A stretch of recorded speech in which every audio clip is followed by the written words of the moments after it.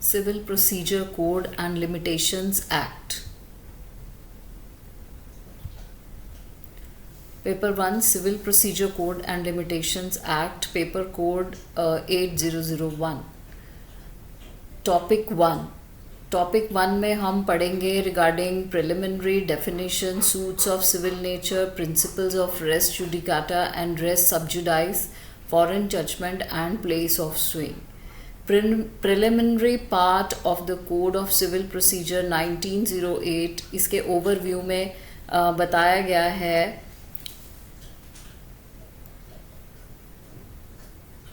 कि ये एक फाउंडेशनल चैप्टर है और इसमें सारे प्रोसीजरल लॉ के बारे में बताया गया है. इसके पार्ट 1 में सेक्शन 1 से 8 सेक्शन 8 तक दिया गया है और इसमें basic framework, operational extent of the law, definitions, essential legal terms और हायरार्कियल स्ट्रक्चर्स बताए गए हैं.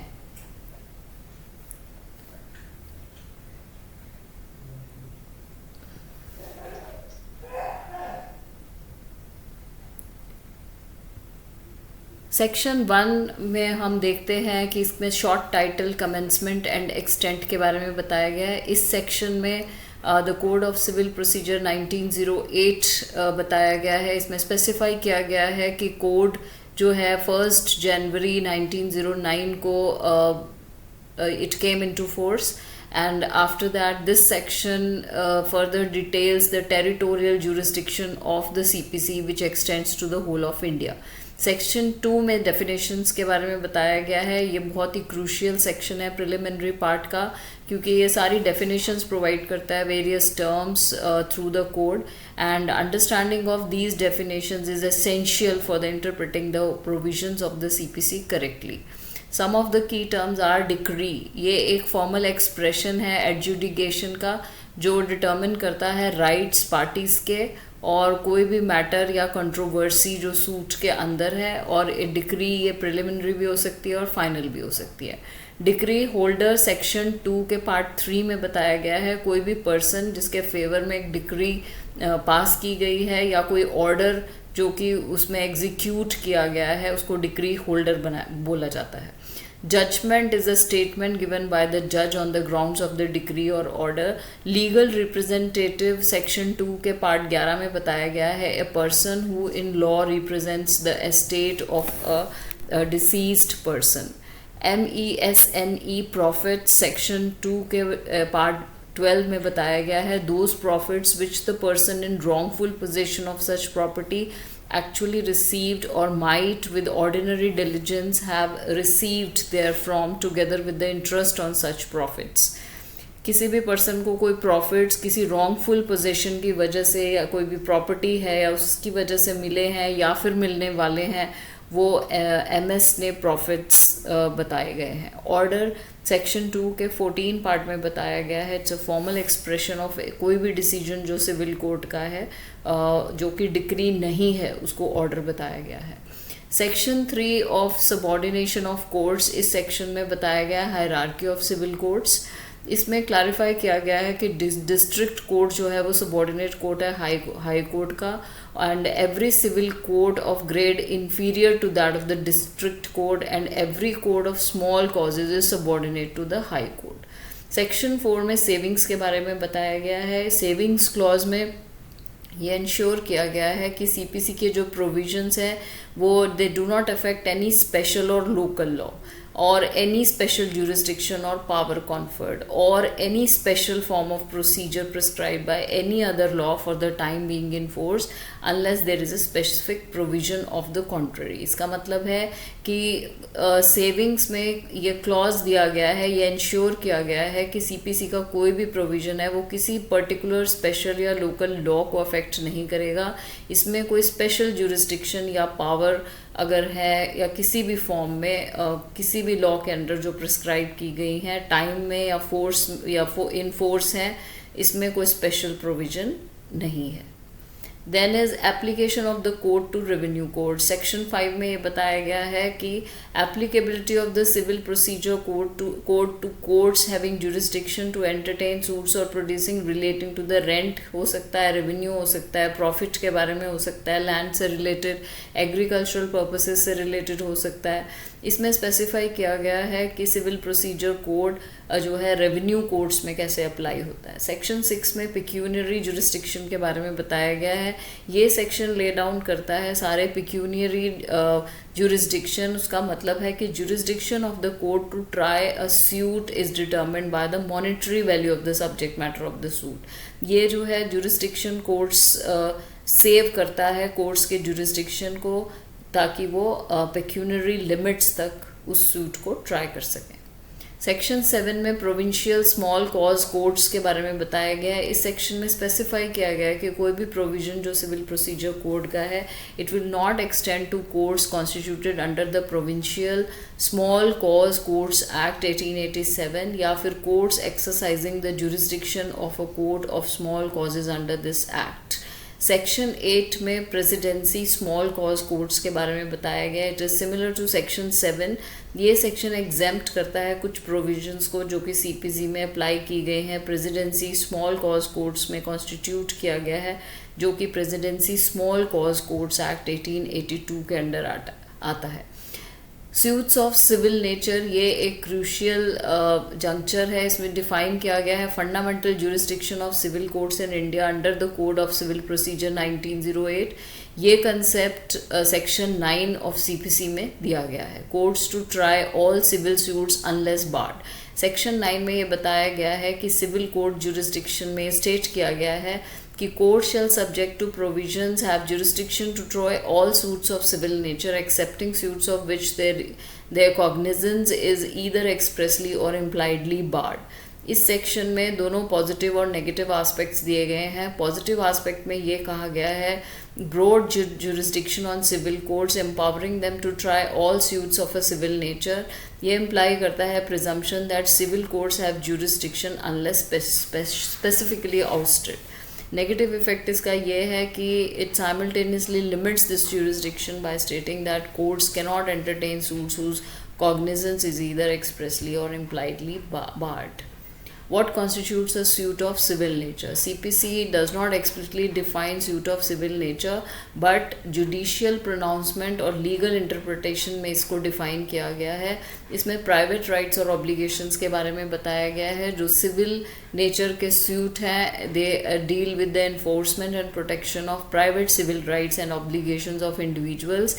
ये rights property के हो सकते हैं, ownership, possession, partition और easement के, contracts के हो सकते हैं जिसमें रिकवरी हो मनी का, स्पेसिफिक परफॉर्मेंस हो या डैमेजेस फॉर ब्रीच हो, फैमिली मैटर्स हो सकते हैं, marriage, divorce, maintenance, inheritance, guardianship, torts हो सकते हैं जिसमें डैमेजेस फॉर डिफेमेशन, न्यूसेंस और नेग्लिजेंस, राइट टू ऑफिस के बारे में हो सकते हैं, right to vote in an election of a club, right to hold a religious office with civil consequences, and declarations of legal status or rights or injunctions which are prohibiting or compelling act, not criminal or purely political। The term civil is used to contrast a criminal or political matters purely related to criminal offences, revenue disputes or political questions like election disputes which are governed by specific election laws and they fall outside the purview of the civil courts। Now explanations of section 9 which clarifies civil nature। Section 9 में दो important explanations include किए गए हैं। Explanation 1 में ये बताया गया है कि एक सूट जो राइट टू प्रॉपर्टी का है, ऑफिस का है, जो कि कंटेस्ट होता है, सिविल नेचर का है, it is not with standing with such rights, may depend entirely on the decision of the questions of religious rites or ceremony। इसकी इम्पॉर्टेंस या सिग्निफिकेंस ये है कि ये एक्सप्लेनेशन क्लैरिफाई करता है कि जो भी डिस्प्यूट इन्वॉल्व हो रहे हैं रिलीजियस क्वेश्चंस में, they will be considered as a suit of civil nature, जो कि कंसर्न करते हैं राइट टू प्रॉपर्टी या ऑफिस से।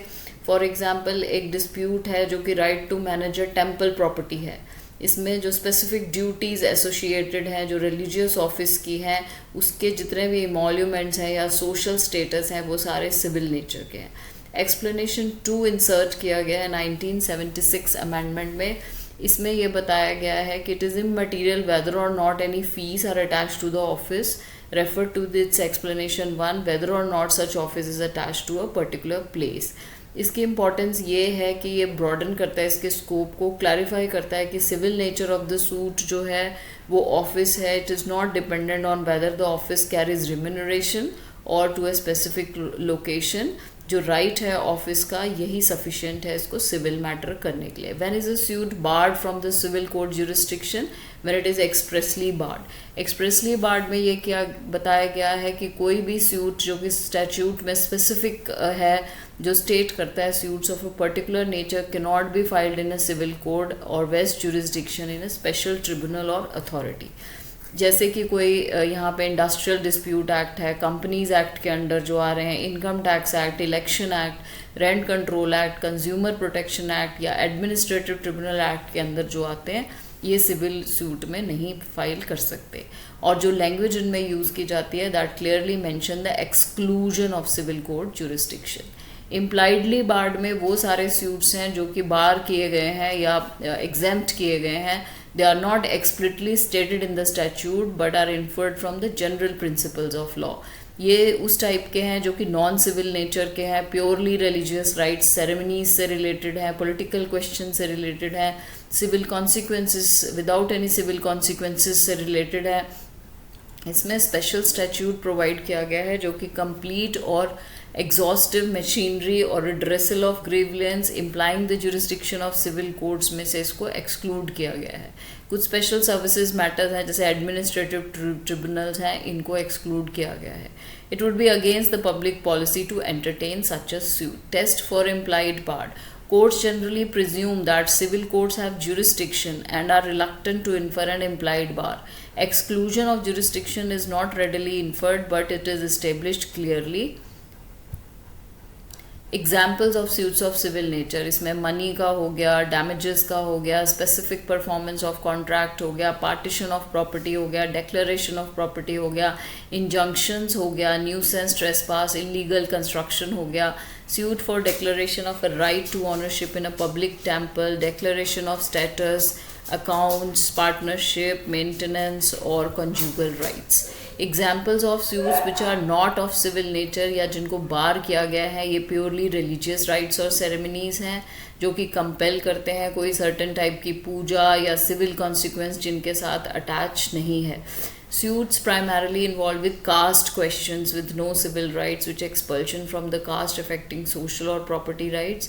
Suits जो challenge करते हैं political questions को, suits which are related to the cognizable by special tribunal जैसे income tax, labor act, elections, इनसे related हैं.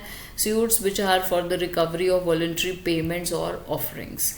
Key judicial pronouncements. PMA metropolitan and Marthoma 1995 के केस में ये सूट्स इन्वॉल्व करता है religious office with civil consequences और ये सिविल नेचर का था, इसको सेक्शन 9 में मेंटेन किया गया है।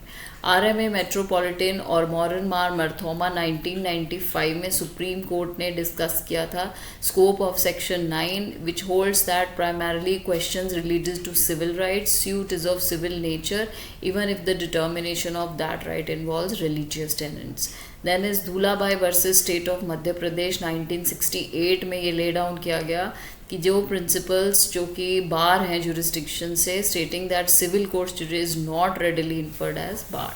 Rajasthan state road transport confederation और कृष्णाकांत 1995 में ये रीअफर्म किया गया कि broad scope of civil courts jurisdiction section 9 में अनलेस इट इज़ एक्सप्रेसली और इम्प्लाइडली बार्ड। सो सेक्शन 9 जो CPC का है वो ये इंश्योर करता है कि सिविल कोर्ट्स जो हैं ये प्राइमरी फॉरम है जो कि रिड्रेस करते हैं ग्रीवियंसेस को सिविल राइट्स के, जो कि स्पेसिफिकली स्टैट्यूटरी या इम्प्लाइड एक्सक्लूजन्स उसमें इंक्लूड किया गया है।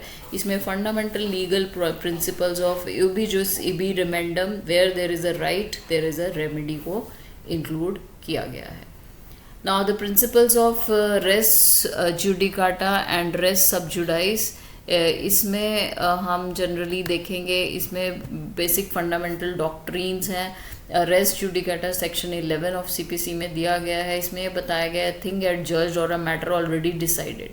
ये एक यूनिवर्सल एप्लीकेशंस है। कोड 11 में ये बताया गया है, ये प्रिवेंट करता है री एजिटेशन ऑफ एन इशू जो कि ऑलरेडी डिसाइड हो चुका है कोर्ट में दो पार्टीज के बीच में।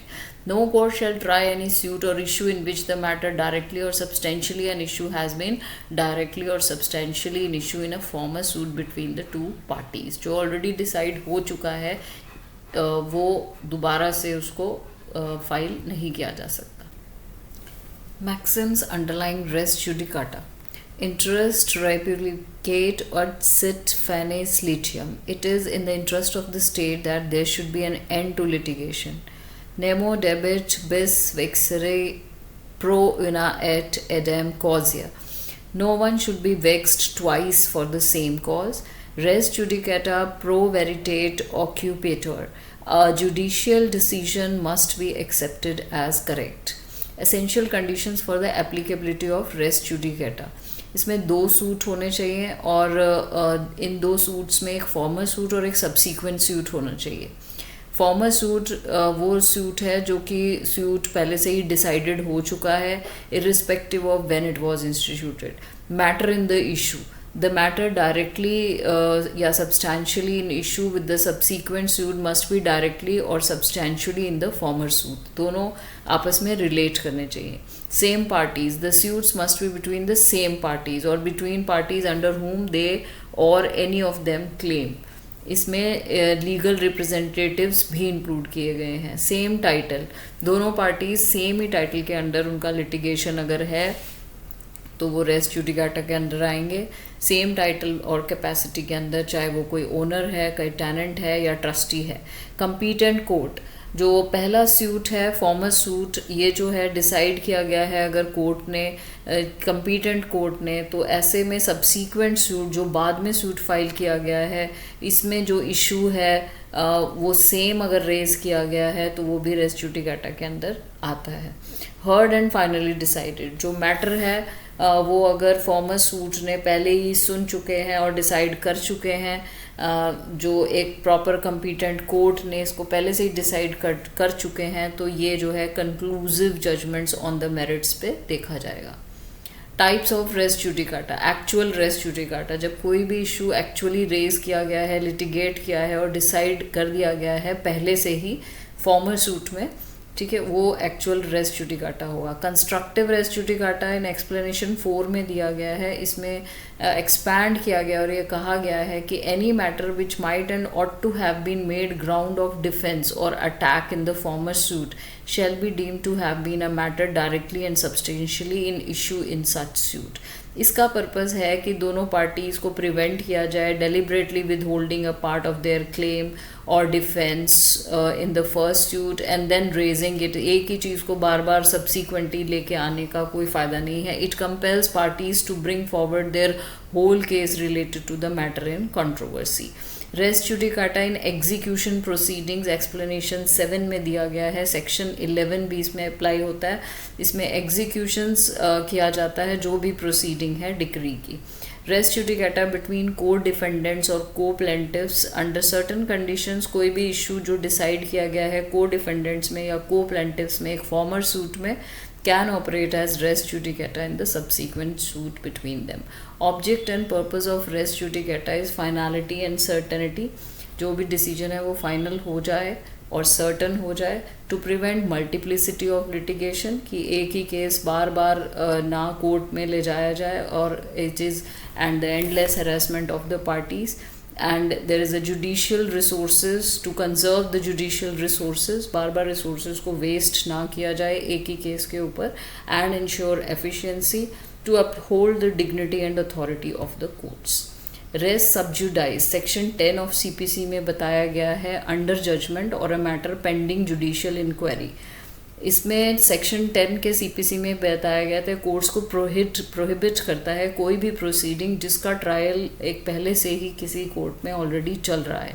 तो सब्सिक्वेंटली इसमें जो भी सूट है सेम पार्टीज़ का पेंडिंग है अगर किसी कंपीटेंट कोर्ट में, तो उसको आगे फाइल ना किया जाए और ना उसमें उस केस को आगे फर्दर देखा जाए। सेक्शन 10 कहता है No court shall proceed with the trial of any suit in which the matter in issue is also directly and substantially in issue in a previously instituted suit between the two parties and same parties, and they are claiming or litigation under the same title, और वो pending है अगर किसी court में तो or before the Supreme Court.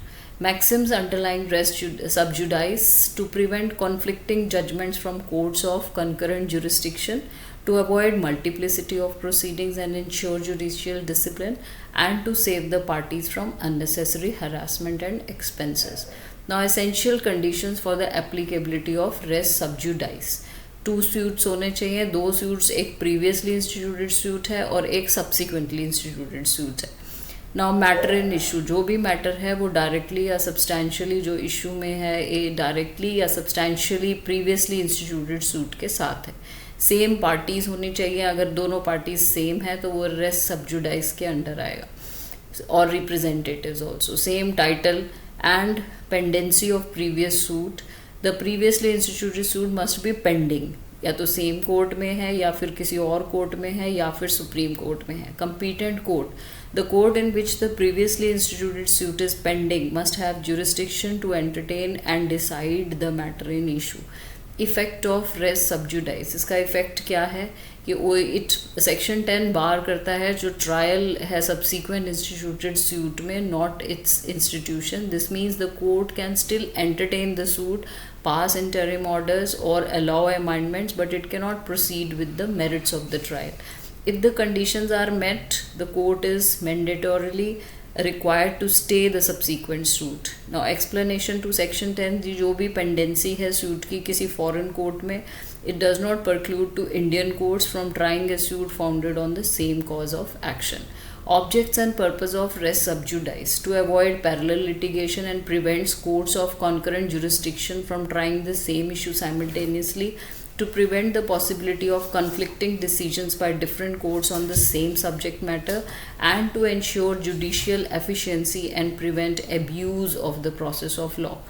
अब difference क्या है रेस सब जुडिकेटा एंड रेस सब जुडाइस? Res judicata is in section 11 of CPC and res sub judice is in section 10. It applies to finally decided suit, it applies to pending suit. It prevents relitigation, it prevents simultaneous trial. It bars the trial and it stays the trial. Nemo debet bin vexeri pro unite edem cause. No person should be vexed twice for the same cause. It prevents conflicting judgments and promotes judicial efficiency. It deals with the finality of the decision. It deals with avoiding duplication of the decisions. It requires a previous decision. It requires pendency. A foreign judgment can operate as res judicata, and pendency in a foreign court does not bar trial in the Indian court. Foreign judgment, section 13 and 14 foreign judgment के बारे में बताते हैं. In section 2(6) of the CPC, as a judgment of a foreign court which is termed and defined in the section 2 part 5 as the court situated outside India and not established or continued by the authority of the central government. CPC deal करता है recognition और enforcement में foreign judgments के primarily through section 13, that is conclusiveness, and section 14 of presumption. Now conclusiveness of foreign judgment section 13 ये बताता है, ये general rule है फॉरेन जजमेंट का जो कि कंक्लूसिव है. कोई भी मैटर जो डायरेक्टली एडजुकेटेड है बिटवीन सेम पार्टीज और देयर रिप्रेजेंटेटिव्स, अगर एक फॉरेन कोर्ट में ऑलरेडी डिसाइड हो चुका है कोई matter, so Indian courts will accept that decision as final and will not reopen the matter. लेकिन सेक्शन 13 में कुछ लिस्ट है, उसमें 6 एक्सेप्शंस दिए गए जहाँ के foreign judgment will not be conclusive. इसमें अगर वो एक कंपीटेंट कोर्ट सेक्शन 13A के अंडर अगर नहीं आता है, अगर फॉरेन जजमेंट प्रोनाउंस नहीं हुई है कंपीटेंट जुरिस्डिक्शन से, so that competence will refer not only in the internal laws of the foreign country but also the principles of international law. Foreign court में जो ये जुरिस्डिक्शन है ओवर द पार्टीज़ और जो सब्जेक्ट मैटर है, ये internationally recognised principles के under आता है. फॉर एग्जांपल, अगर एक फॉरेन कोर्ट ने प्रोनाउंस किया एक judgment against an Indian citizen who never resided or carried on business in that foreign country, और वो उसमें सबमिट जुरिस्डिक्शन में हो जाता है, so judgment might not be conclusive.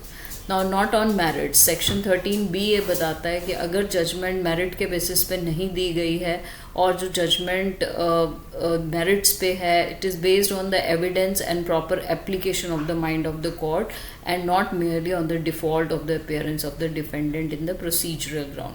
For example कोई जजमेंट पास किया गया है merely because of the defendant fail to appear without the plaintiff having to prove their case, वो मेरिट बेसिस पे नहीं है. Incorrect view of international law or refusal to recognize Indian law. ये एक incorrect view है international law का, जो कि रिफ्यूज़ करता है और रिकग्नाइज करता है law of India in case it is not applicable. For example, a foreign divorce or decree granted in violation of Hindu marriage act 1955 where Indian law is applicable might not be conclusive in India. Opposed to natural justice of section 13D, अगर कोई भी proceedings जिसमें judgement obtain की गई है which is opposed to natural justice, इसमें fundamental principles of fairness को include किया गया है. जैसे defendant must have received proper notice, defendant must have had a reasonable opportunity to present their case, audi alteram partem, and the court must be impartial, nemo judex in causa sum.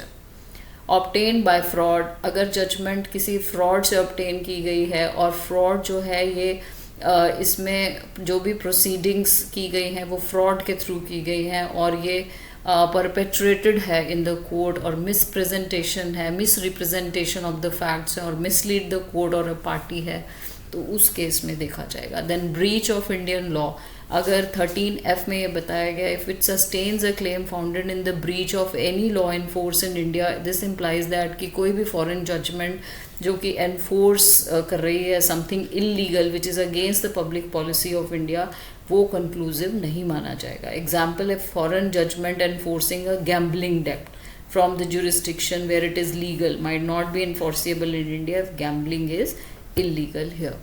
Presumptions as to foreign judgment, section 14 provide करता है presumption में the court presume करता है कि production of any document जो कि certified copy of foreign judgment है, इसको pronounce किया जाएगा कोर्ट में in the competent jurisdiction में, unless the contrary appears on the record, but such presumptions may be displaced by providing want of jurisdiction. This means that an Indian court will presume a foreign judgment is valid and conclusive unless the party challenging it can prove one of the 6 exceptions under section 13. So the burden of proving that a foreign judgment is not conclusive lies on the party. Now, enforcement of foreign judgments from reciprocating territories, from non-reciprocating territories. Section 44A में ये बताया गया है कोई भी reciprocating territory है जो central government की है, फॉर एग्जांपल यूके या सिंगापुर की है, जो कि डायरेक्टली एग्जीक्यूट होती है इंडिया में, filing a certain copy of decree in a district court, और ये डिक्री पास हो जाती है डिस्ट्रिक्ट कोर्ट से, but even in this case the judgment can be challenged. Non reciprocating territories है जैसे जजमेंट्स, जैसे कोई फ्रेश सूट फाइल किया गया इंडियन कोर्ट में based on the foreign judgment, so foreign judgment will be treated as an evidence and the Indian court will decide whether to grant relief based on that evidence, जो कि section 13 की conditions में है. Now place of suing वो है जो territorial jurisdiction है civil court के अंदर. ये सेक्शंस इंश्योर करते हैं कि सूट उसी कोर्ट में फाइल किया जाएगा जो कि कन्वीनियंट है, अप्रोप्रिएट है सब्जेक्ट मैटर के, और ये इसमें भी जनरल प्रिंसिपल सेक्शन 15 में दिया गया है कि every suit must be instituted in the court of the lower competent to try it. सबसे पहले लोअर कोर्ट में इसको ट्राई किया जाएगा. इसका पर्पस ये है rule procedure of jurisdiction. It prevents higher courts from being unnecessarily burdened. Effect of non-compliance, a decree passed by the higher court, even if a lower court could have tried it, is not void for the want of jurisdiction. Suits relating to immovable properties में section 16 में बताया गया है कि recovery of immovable property, partition, foreclosure, sale, determination of the right of interest of immovable property, compensation, recovery, ये सारे suits for immovable property and place of institution of suit where local limits of jurisdiction of courts are uncertain. Now suits for compensation of wrongs to persons of movable, section 19 में बताया गया है कि अगर किसी के साथ गलत हुआ है, defendant resides or carries on business or personally works for gain, अगर ए दिल्ली में रहता है and defames by B is publishing defamatory content in Mumbai, so B can sue A either in Mumbai or in Delhi. Other suits general suits हैं, general rule है section 20 के, इसमें defendants का residence या बिजनेस कहाँ पर है, मल्टीपल डिफेंडेंट्स हैं, अगर वो लीव पे है, either the leave of the court is given or the defendant who do not reside or carry business in such institutions, cause of action and explanation इसमें बताया गया है. It is the sole or principal office in India irrespective. Place of suing, section 15 to 20 of CPC. Place of suing वो territorial jurisdiction है civil court का, जिसमें special local limit set की गई हैं with in which a court is competent to entertain a suit. इस section में ये इंश्योर किया गया है जो भी सूट फाइल किया गया है कोर्ट में, दैट इज़ कन्वीनियंट होना चाहिए, अप्रोप्रिएट होना चाहिए, सब्जेक्ट मैटर से रिलेटेड, और जिसमें पार्टीज़ इन्वॉल्व हैं. जनरल प्रिंसिपल सेक्शन 15 में ये बताया गया है कि every suit shall be instituted in the court of the lowest grade competent to try to. इसका पर्पज़ ये है, is a rule of procedure है, इट इज़ नॉट जुरिस्डिक्शन. ये प्रिवेंट करता है हायर कोर्ट्स को जो कि अननेसेसरी बर्डन किए जाते हैं with the cases that can be resolved in the lower grade courts. Effect of non-compliance, a decree passed by the higher court, even if a lower court could have tried it, is not void for the want of jurisdiction unless there is a failure of justice. Suits related to immovable property, section 16, 17 and 18 ये section determine करते हैं place of suing for suits primarily concerning with immovable property. Suits to be instituted where subject matter is situated. This is the general rule for immovable property. Suits must be instituted in the court within the local limits of whose jurisdiction the property is situated. For example, recovery of immovable property with or without rent or profits, partition of immovable property, foreclosure, sale or redemption of a mortgage, charge of on immovable property, determination of any other right to the interest of immovable property, compensation for wrong to immovable property, and recovery of movable property actually under distress or attachment. And इसमें provision दिया गया है, if the relief sought can be entirely obtained through the personal obedience of the defendant, specific performance of a contract, then the suit may be instituted either where the property is situated or where the defendant resides or carries on the business, personally works for gain. Section 17 बताता है कि suits of the immovable property situated within the jurisdiction of the different courts. Where immovable property is situated in the local limits of the jurisdiction of different courts, the suit may be instituted in any court within whose local limits any portion of the property is situated, provided the entire claim is cognizable. Section 18 में place of institution of suit बताया गया है where local limits of jurisdiction of courts are uncertain. It's generally uncertain where two or more courts or immovable property is situated, where any of these courts may, after recording a statement to the effect, proceed to entertain the suits. Suits for compensation for wrongs to persons or movable. Section 19 में बताया गया है कोई भी suit में compensation अगर किसी के साथ गलत हुआ है, defamation, assault of the movable property, it can be instituted in the court within those local limits. Whether the wrong was done or the defendant resides, carries on business or personally works for gain. Like A, if is residing in Delhi, defames B by publishing defamatory content in Mumbai, so B can sue A either in Mumbai or in Delhi. Other suits, general rules of section 20 में ये बताया गया है कि जो residuary section है for all other suits not covered by section 16 to 19, every such suit shall be instituted in a court within the local limits of whose jurisdiction defendant's residence or business, the defendant or each of the defendants, if there is anyone, actually or voluntarily resides or carries on business or personally works for gain at the limit of the commencement. Multiple defendants with leave. Any of the defendants जहाँ पे दो या दो से ज़्यादा है, वे resides or carries on the business or personally works for gain, either on the leave of the court or given the defendant who do not reside or carry on business or personally work or gain in any situation. Cause of action. इसमें section 20 में explain किया है for corporations, कोई भी corporations carry on करता है अगर business it is the principals office in India or it is as the cause of any place where it has its subordinate office. Objections to jurisdiction section 21 में बताया गया है कि no objection as to the place of suing shall be allowed by any appellate or revisional court unless such objection was taken in the court of first instance at the earliest possible opportunity and in all cases where issues are settled at or before such settlement and unless there has been a consequent failure of justice। कि कोई objection अगर लगाना है कि place of sewing के लिए तो वो सबसे पहले ऑब्जेक्शन जो कोर्ट में फर्स्ट इंस्टेंस में जो आएगा उसी को कंसिडर किया जाएगा। Now, principle, this section prevents parties from raising objections to territorial jurisdiction at a late stage। कि बहुत लेट अगर ये इसमें अप्लाई किया जाता है तो उसको नहीं माना जाता है unless a genuine miscarriage of justice is occurred।